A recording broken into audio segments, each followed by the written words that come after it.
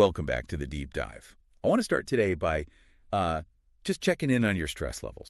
That is a dangerous, dangerous question to ask these days. It is, isn't it? But I'm betting that a pretty significant portion of the people listening to this right now are feeling a very specific kind of pressure. Maybe you're listening to this on a commute that feels way too long. You're heading to a job where you're going to stay too late. And it's all to pay for a lifestyle that just feels, increasingly expensive to maintain. The modern condition right there. Exactly.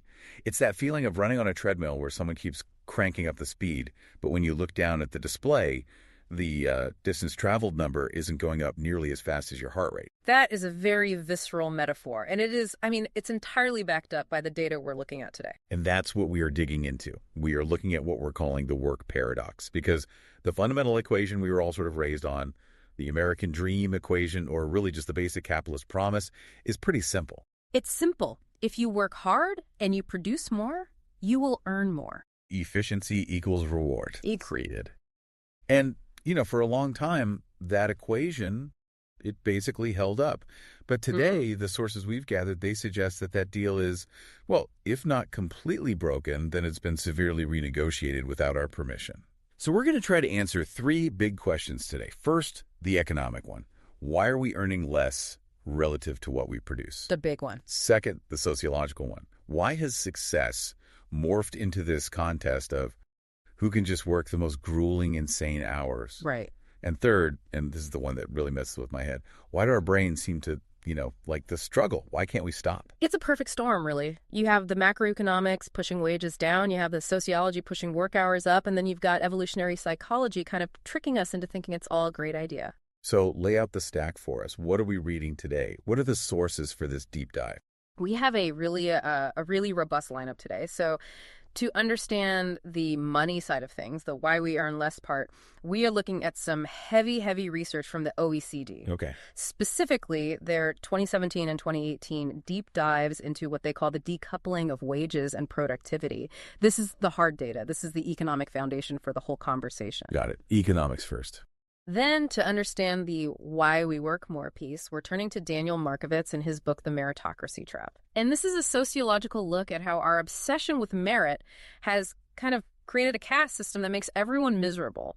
Winners. Especially winners, ironically. Yes. And then the third piece, the brain part. And finally, to understand the why we can't stop, we are looking at a fascinating paper from Trends in Cognitive Sciences. It's titled The Effort Paradox. And this gets right into the wiring of the human brain and why we seem to value things that are painful and difficult.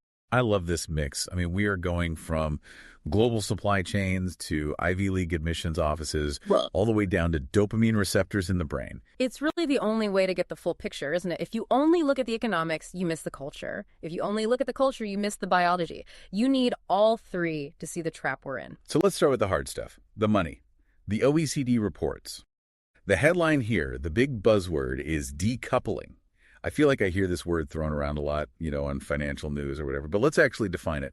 What is decoupling? Okay, so to understand decoupling, you first have to understand what things look like before they decouple. Coupling era. The coupling era, exactly.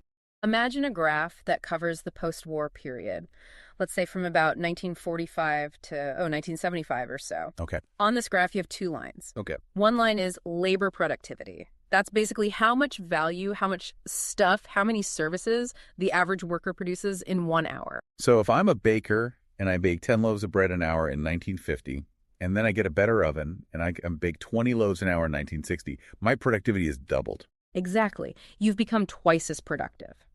Now, the second line on this graph is real median compensation. That's the paycheck. That's the paycheck, exactly. Your wages plus benefits, all adjusted for inflation. So we're comparing apples to apples. Right. For those 30 years, more or less, those two lines were best friends. They moved in perfect lockstep. If productivity went up 2%, wages went up 2%. The workers were sharing in the growth of the economic pie almost dollar for dollar. This is the golden age of capitalism we hear about, the tide that lifts all boats. In many ways, yes, that was the social contract. But starting around the early 1980s and then accelerating massively in the 2000s, those lines, they got a divorce. They decoupled. The lines break apart. They break apart Productivity kept climbing. I mean, we got the internet, we got automation, global supply chains, so we're producing way, way more value per hour than ever before in human history. But the wage line, It went flat. in some places, it completely flatlined.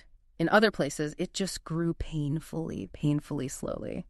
So the OECD data, it highlights that across 24 countries, real median wage growth has significantly lagged pine productivity growth. The gap between those two lines on the graph, that chasm between what we produce and what we get paid, that is the decoupling. So let me play the skeptic here for a minute, because usually when you hear these stats, someone chimes in and says, well, the average is skewed by the super rich, or you aren't counting benefits like health insurance. Is this a statistical trick? Is the gap real?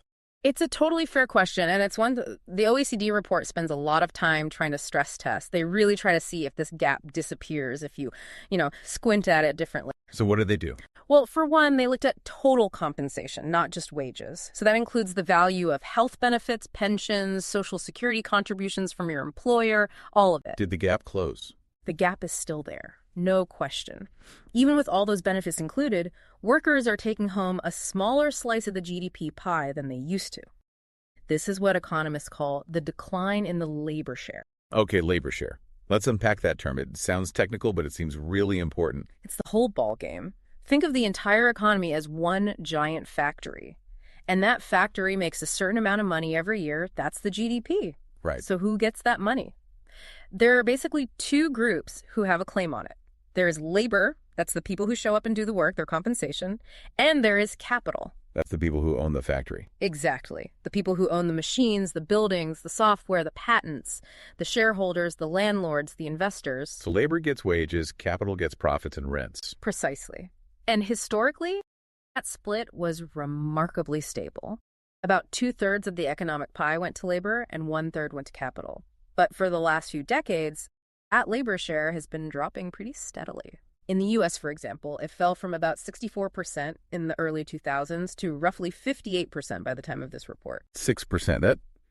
That sounds kind of small when you say it like that. It sounds small, but in a multi-trillion-dollar economy, a 6% shift is, it's hundreds of billions of dollars every single year. It's money moving from the pockets of workers into the pockets of capital owners. It's a massive, massive redistribution of wealth happening quietly year after year. Okay, so the crime scene is established. The money is missing from the workers' share. Where did it go?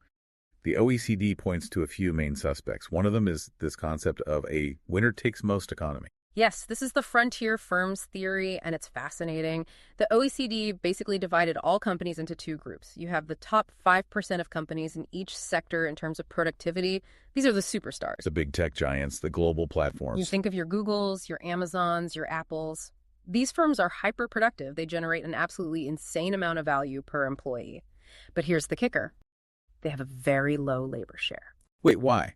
Do they just pay their employees badly? That doesn't seem right. No, actually, it's the opposite. They often pay their core employees, their engineers and designers, incredibly well. But the revenue these companies generate is so astronomical, so out of proportion to their number of employees, that even those high salaries look like peanuts compared to the total profits. Ah, I get it. So if a company makes, say, $1 billion with just 10 employees. A bit of an exaggeration, but yeah. Even if they pay those 10 employees $1 million each, which is huge. That's only $10 million in labor costs. The other $990 million goes to capital. Exactly. Now, compare that to a traditional manufacturer back in the 1970s. For General Motors to generate that kind of revenue, they needed hundreds of thousands of workers on assembly lines. So the money was naturally spread out among a massive workforce. It had to be. It had to be. Today's frontier firms can conquer the entire world with a server farm in Oregon and a relatively small team of coders in California. So as these winner-takes-most firms consume more and more of the economy, the average labor share for the whole country gets dragged down by them. Correct. They pull away from what the OECD calls the laggard firms, your normal everyday companies. And the aggregate data starts to look more and more like these superstar firms, high productivity, low labor share. Okay, that makes sense. That brings us to the second suspect, which is related. Technology itself. The robots. The robots are definitely involved. The OECD calls this capital labor substitution. And this gets into the nitty-gritty of investment prices, which sounds boring, but it's crucial. It just means there's a price tag on replacing me with a machine, right? There's always been a price tag, yes. But that price tag has been changing dramatically. The report notes that between 1995 and 2013, the relative price of investment goods, that's machinery, equipment, software, it fell by about 10% on average in the OECD countries. So computers got cheaper, software became scalable. Everything got cheaper and better, and when the price of a substitute for something drops, you buy more of the substitute. It's basic economics. So if a robot arm costs $100,000 and lasts 5 years versus a human worker who costs $50,000 a year, you might stick with the human. You might. But if that robot arm drops to $20,000 and can work 247 without a lunch break, the math on the spreadsheet changes instantly. The CFO looks at the numbers and says, sorry, Bob, the arm is cheaper now.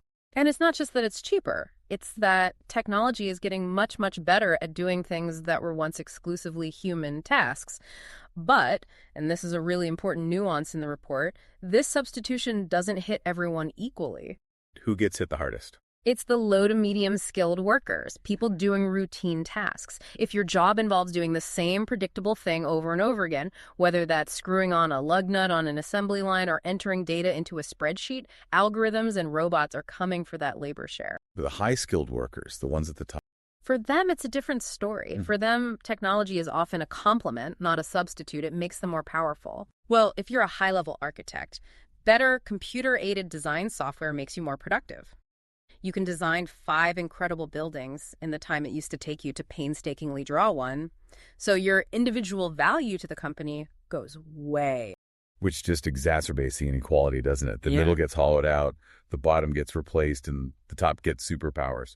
That's a perfect way to put it. And this dynamic drives that wedge between the median worker's pay and the overall productivity line even further apart. I want to circle back to something we touched on earlier, which is the idea of distortions. Because the OECD report is very careful to mention that if you just look at the raw numbers, it looks like a complete catastrophe. But there are some specific sectors that are kind of messing up the data. Yes. And the big one is housing.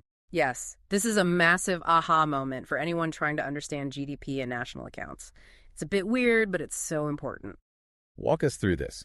How does my apartment rental or my mortgage mess up the national productivity stats? Okay, so in the national accounts, the big ledger of the entire economy, housing, is considered a production activity. It produces housing services. Okay, that makes sense. A place to live is a service. Right, and the value of those services is essentially the rent that people pay. But, and here's the weird part, it also includes something called imputed rent for homeowners. Imputed rent? What on earth is that? It's a statistical fiction, basically. The government statisticians estimate how much you would pay to rent your own house if you were a tenant paying a landlord. So they pretend I'm paying myself rent. Yes, and they add that imaginary transaction to the GDP. Wait, why? Why would they do that? It's so we can properly compare countries. If one country has 90% home ownership and another has 90% renters, their GDPs would look totally different, even if the housing stock was identical. This imputed rent is supposed to even it out. Okay, I guess that makes some sense. But what's the problem? The problem is what happened in the 2000s, leading up to 2000. The housing bubble. The massive housing bubble. Real estate prices and rents exploded, so the value added by the housing sector on paper skyrocketed. But who gets that value? It's not a worker, it's not a wage, it's capital income for the homeowner or the landlord. So the overall GDP pie got bigger because houses got more expensive, not because we actually built more stuff or became more innovative. Exactly. Because all that extra value counts as capital income.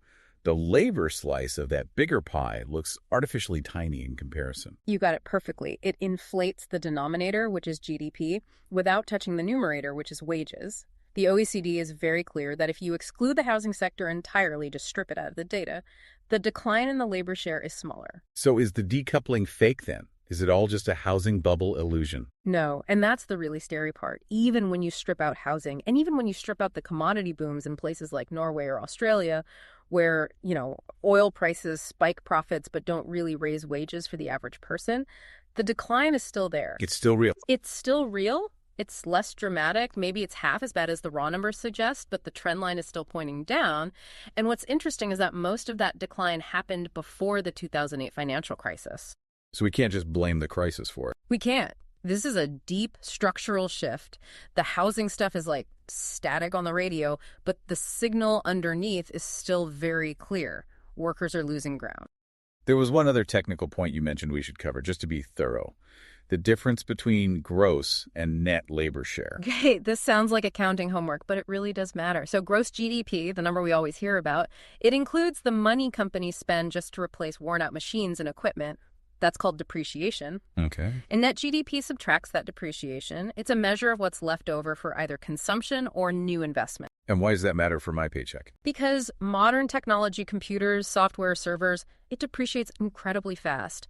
A big steel mill in the 1960s might have lasted 50 years.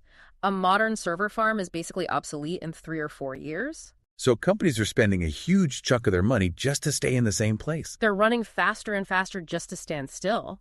So some economists argue, hey, that money spent replacing obsolete servers was never available to pay wages anyway, so we shouldn't count it against the labor share. That seems kind of fair, actually. So what happens when you look at the net labor share? When you look at the net number, the decline is flatter. Again, it makes the problem look less severe. But it's not flat, is it? It's not flat. That's the key takeaway. No matter how you slice this data, gross, net, excluding housing, excluding oil, the fundamental conclusion holds.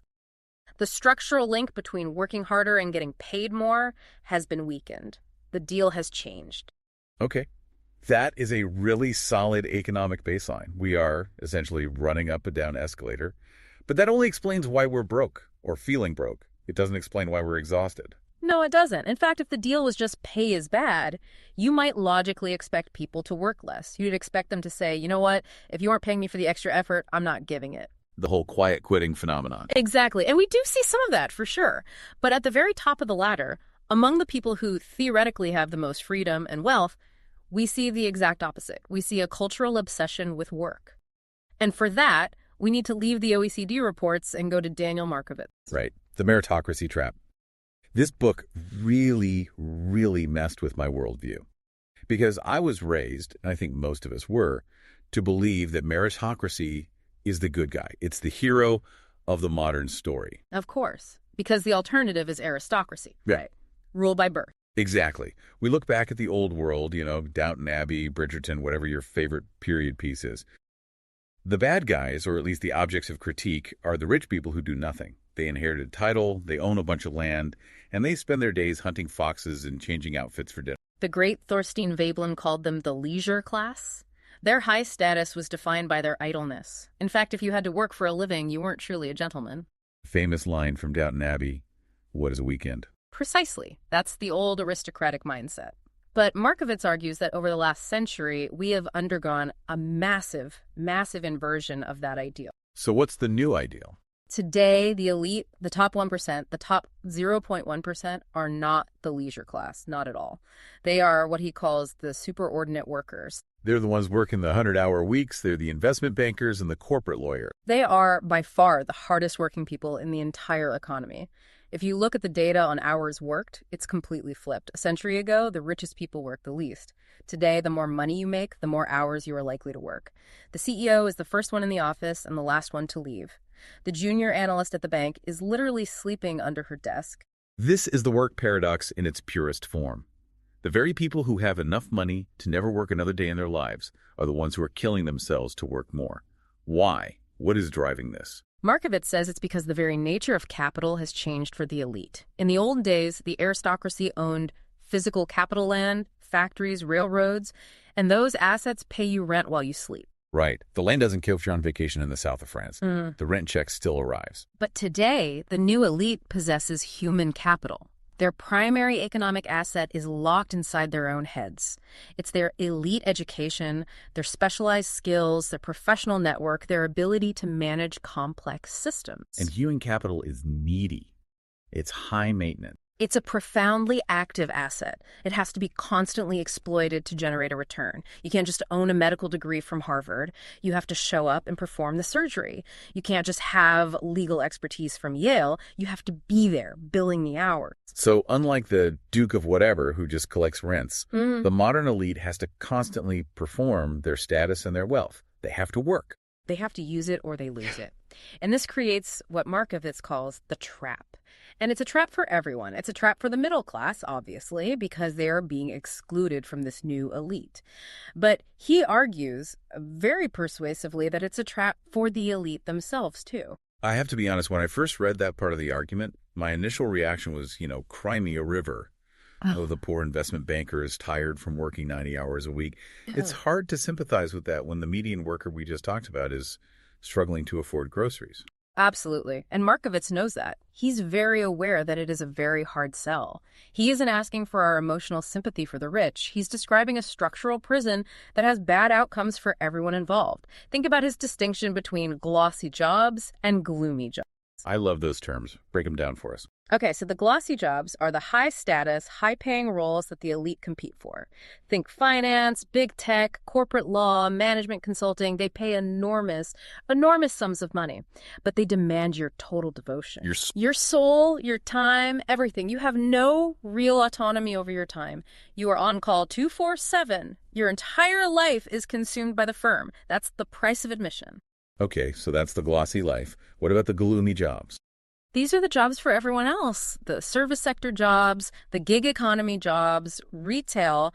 They have low pay, low status, and often, ironically, just as little control over your schedule because of things like just-in-time scheduling and algorithm-based shift work. So the middle has fallen out. There's no in between. The stable middle, the old 9 to 5 steady job with a pension where you could leave work at work and have a life, that is disappearing.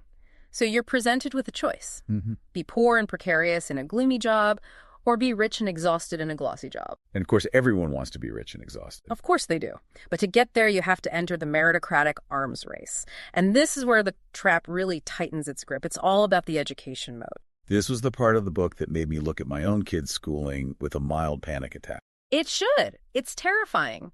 Markovitz describes how meritocracy has become a mechanism for the dynastic transmission of wealth. But it's not just handing down a trust fund anymore. It's about handing down merit itself. Which sounds fair on the surface. My kid is smart, they deserve it. But merit costs a lot of money to produce. An absolutely insane amount of money. The elite invest millions of dollars, literally millions, into their children's human capital before that kid even turns 18. And we aren't just talking about paying for private school tuition. It's much more than that. It's the entire ecosystem. It's the private tutors, the specialized summer camps, the music lessons, the enrichment travel, the SAT prep courses that cost thousands of dollars, the prep courses for the prep courses.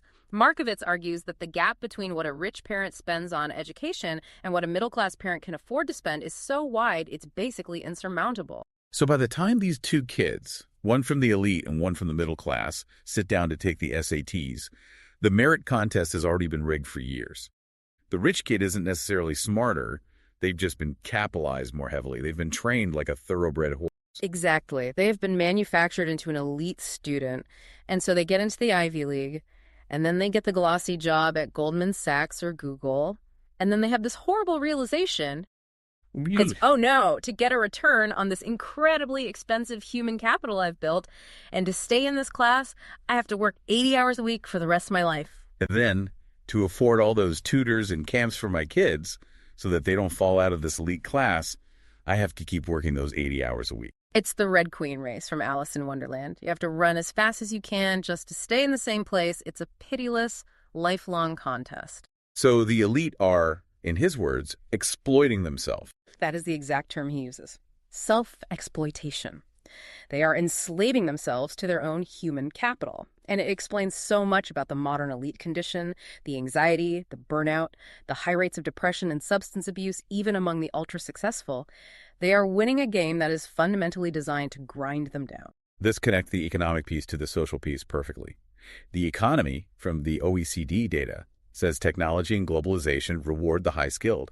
And society, through Markovitz's lens, says, okay, in that case, let's turn skill acquisition into a brutal, high-stakes Hunger Games. And if you don't play, or if you can't afford to play, you fall into that economic abyss of stagnant wages and precarious work that we discussed in part 1. But there is still one missing piece for me. We've talked about the external pressures, the fear of poverty, the high cost of maintaining status. But when I look around, and honestly, even when I look in the mirror sometimes, it doesn't always feel like fear. And sometimes it feels like we like it. Yes, we fetishize the grind. We glorify it. We brag about being busy. We get a weird, deep satisfaction from clearing an overflowing inbox at midnight. If the system is so bad, why doesn't our brain just rebel? Why aren't we all, lying flat, as they say? This brings us to our third and final source, the psychology of it all. The paper from Trends in Cognitive Sciences called the effort paradox. And this paper just blew my mind because it starts with a biological law that makes perfect intuitive sense. The law of least work. It's the fundamental operating principle of the entire animal kingdom. Effort is biologically expensive. Calories are currency. You don't spend them unless you have to. Exactly. Our brains are massive energy hogs. Thinking hard, what scientists call cognitive effort, it burns glucose, it creates metabolic waste products in the brain. It feels on a deep biological level aversive. If you're a lizard and you can get the bug by walking 10 feet or by climbing a sheer cliff. You walk every single time. Every time. Because if you climb the cliff for no good reason, you waste precious energy, and then when a predator comes along, you're too tired to run away and you die. Natural selection bred laziness into us. So laziness is a survival strategy. We are fundamentally wired to avoid unnecessary effort. That is the cost of effort. Yes. But we climb cliffs. We do. We climb cliffs for fun. We run marathons. We do CrossFit. We spend hours on a Sunday doing a Sudoku puzzle. If the law of least work is true, why does anyone do CrossFit? Makes no sense. And that is the paradox. We avoid effort, yet we also seek it out and value it immensely. The paper outlines a few key psychological mechanisms for this, and they explain so much about the culture of the modern workplace. Okay, let's start with the most relatable one, the IKEA effect. I think we can all relate to this one. I have a bookshelf in my office that I know for a fact is slightly crooked, and I love it more than the expensive antique piece of furniture I bought, simply because I spent 3 miserable hours sweating over it with a tiny Allen wrench. That is the IKEA effect in a nutshell. We attribute a higher value to things that we have invested our own effort in. The struggle, the effort, it infuses the object with worth. If you just bought the bookshelf, it's a commodity. If you built it, it's a personal achievement. So how do you apply that to your job? Well, if I just hand you $1 million, you're happy, of course. But if you build a business from scratch, you suffer through the sleepless nights, you overcome the obstacles, and you earn that $1 million, the psychological payoff is on a completely different level. The effort itself creates a sense of ownership and meaning. Okay, that makes sense. But there's a darker, more powerful mechanism mentioned in the paper, learned industriousness. This sounds like brainwashing. It essentially is a form of conditioning. It's classical conditioning. Think of Pavlov's dog. Right. Bell rings, dog salivates, because the bell means food is coming. Exactly. The bell predicts the reward. Now, imagine the signal isn't a bell. Imagine the signal is the internal sensation of effort. That feeling of being tired or strained. The feeling of being strained, of being mentally focused, of pushing through difficulty. If, throughout your life, especially your childhood and adolescence, every time you felt that strain, you got a reward. An A on the test. A trophy, a promotion, praise from your parents, a spot on the team. Your brain eventually rewires itself. So the effort itself becomes the reward. The feeling of the struggle becomes pleasurable. It becomes what's called a secondary reinforcer. Just like the dog learns to love the sound of the bell for its own sake, the high achiever learns to love the feeling of the grind. The sensation of exertion becomes pleasurable because it has so consistently predicted success. This explains the meritocracy trap perfectly. It's the psychological engine of the trap. Those elite kids that Markovitz describes, they have been conditioned with learned industriousness since they were toddlers in music class. They are literally wired to seek out the struggle because their brain chemistry tells them that struggle equals safety, status, and reward. So when the billionaire CEO says, "I just love the hustle, I can't stop," they're not lying. They're addicts. They're hooked on the feeling. They're biologically hooked on the sensation of exertion. And then this is amplified by another effect the paper discusses, the martyrdom effect. The martyrdom effect. What is that? This is where we use suffering not just for our own sense of value, but to signal value and virtue to others. The studies they cite are amazing. They show that people will donate more money to a charity if the fundraising event involves pain or significant effort, like a 5-mile run in the cold or an ice bucket challenge, than if it's just a pleasant picnic fundraiser. So we trust the suffering. We think if it hurts, it must be more meaningful or virtuous. We absolutely do. It's called effort justification. In the workplace, this is the entire reason for FaceTime. Why do you stay at the office until 9 p.m., even if you finished your actual work at 5? To show the boss I'm dedicated. To show I care. Exactly. You are performing suffering to prove your loyalty and value. If you left at 5 every day, even if you were the most productive person on the team, it looks too easy. The value feels lower, both to you and to your boss. It's performative masochism. It's a competition to see who can suffer the most for the company. It is, and it traps all of us. We become scared to make things easy, because if they're easy, are they still valuable? If we use AI to automate half our job, do we still deserve the full paycheck? It creates this deep anxiety. Wow. Okay, so let's try to synthesize this monster we've built here. Let's connect all three sources. Picture. We have the hardware problem. That's the OECD data. The economy itself has structurally decoupled. Technology and winner-takes-most dynamics mean the average worker is getting a smaller slice of the pie, while capital owners and the top tier of workers take the rest. Check. That's the foundation. Then we have the software problem. That's the meritocracy trap. Our society has responded to this economic reality by creating a ferocious, high-stakes competition for the few remaining glossy jobs, forcing the elite to exploit themselves and leaving the middle class behind in stagnation. Check. The social programming. And finally, we have the operating system problem. That's our own brains. Through things like learned industriousness and the martyrdom effect, we have conditioned ourselves to mistake the pain of working for the value of living. We've learned to love the grind. That is the trifecta. It's a perfectly closed, self-reinforcing loop. The economy makes us anxious about our future. Society gives us a very narrow path to safety that requires extreme overwork. And our own brains drug us into enjoying the pain of that overwork. So, how do we break it? How do we get out of this trap? That is the million-dollar question, isn't it? Maybe the trillion-dollar question. Let's look at the solutions proposed by our sources. What does the OECD say? They're the economists. They're the policy wonks. Surely they have a plan. Their plan is, well, it's very sensible, but maybe a bit technocratic, as you'd expect. Their big focus, their number one recommendation is skills. Upskilling. We hear this all the time. All the time. The logic is straightforward.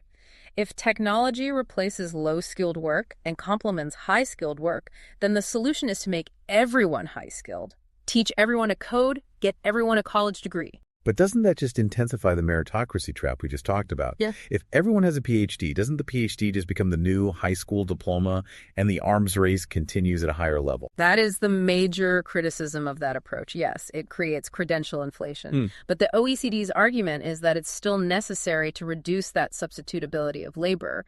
You have to make workers complements to technology, not substitutes for it. What else do they recommend? They also push very hard for competition policy. Breaking up the giants, antitrust. Exactly. If these frontier firms are hoarding all the profits and not sharing them with labor, then we need to reduce their monopoly or oligopoly power, make them compete more fiercely.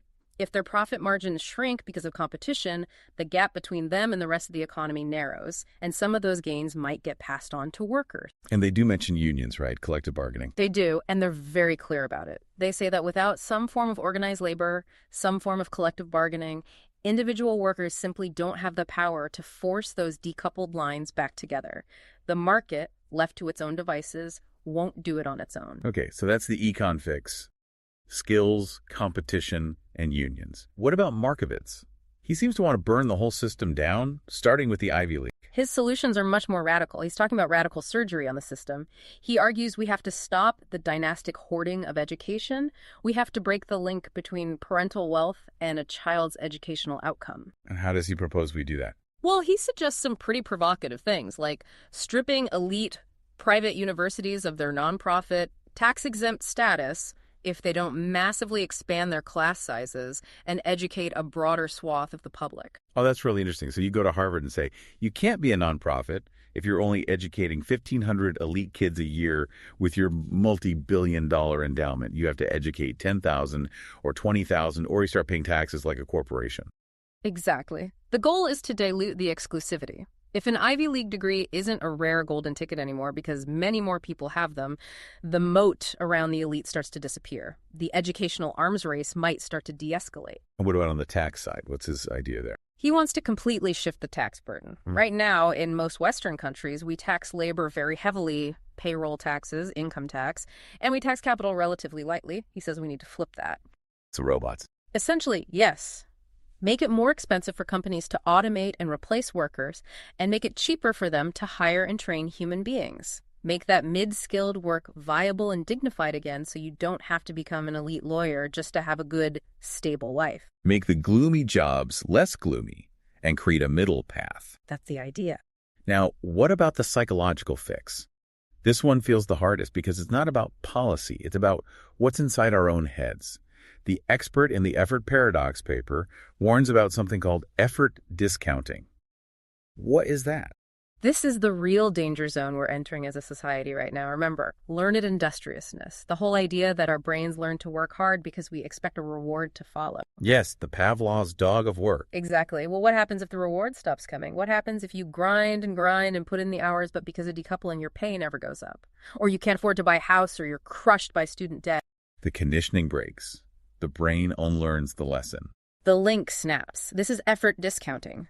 The brain starts to realize, wait a minute, this effort is biologically costly, and there is no cheese at the end of this maze anymore. So it reverts to its default programming. The law of least work. And we stop climbing. We see the lying flat movement in China. We see quiet quitting in the West. It's a mass psychological rebellion against a deal that no longer pays off. The paper warns that if we don't fix the reward side of the equation, the economic side, we are going to break the work ethic of an entire generation. So the psychological fix isn't just meditate more or find your passion. The fix is external. We have to make work actually pay again, or people will simply stop doing it with any real effort. Precisely. But there is a positive personal takeaway, too. The paper suggests we can use this knowledge of our own psychology for ourselves. We can consciously try to decouple the value of effort from the external status it brings. Explain that. What does that look like? It means choosing to value effort for the internal rewards it provides, the feeling of mastery, the state of flow, the simple joy of building that crooked bookshelf, rather than doing it just for the external validation of a boss or a bigger bank account. We can reclaim the IKEA effect for our own lives, not just for the benefit of a corporation. I like that. So work hard because you like the feeling of building things and solving problems, not because you're terrified of falling out of the middle class. It's a very subtle mental shift, but I think it changes everything about your relationship with work. We have covered a massive amount of ground today, from global economics to psychology. You really have. It's a complex system. I want to leave our listeners with one final thought. Yeah. It's something that wasn't explicitly in any of the texts, but it's been nagging at me this whole time while we were talking about the effort paradox. Go for it. Let's say we do it. Let's say we actually fix all this. We get the robots to do all the hard, boring stuff. We get universal basic income. We tax the rich. We fix the schools. We manage to remove the economic need for effort. We finally reach that promised land of leisure we've always dreamed of. The Star Trek future. Star Trek future, exactly. If the law of least work is true, and we remove the need to work, what happens to us? Do we all become happy, fulfilled artists and explorers? Or do we lose the primary source of value and meaning in our lives, which has always been tied to struggle? That is the ultimate question, isn't it? Because all this research shows that we need friction. We need resistance to push against to feel alive. Without the struggle, we might not find peace and contentment. We might just find a profound, endless boredom. Or a kind of existential dread, a meaning crisis. Exactly. We might be fighting so hard for a world of leisure that our hunter-gatherer brains aren't actually wired to enjoy. We might just invent new, pointless struggles to keep ourselves occupied. So maybe the goal isn't to stop working. Maybe the goal is just to find better, more meaningful cliffs to climb. I think that is the perfect place to leave it. Something to think about on your commute. Thanks for taking this. See you next time.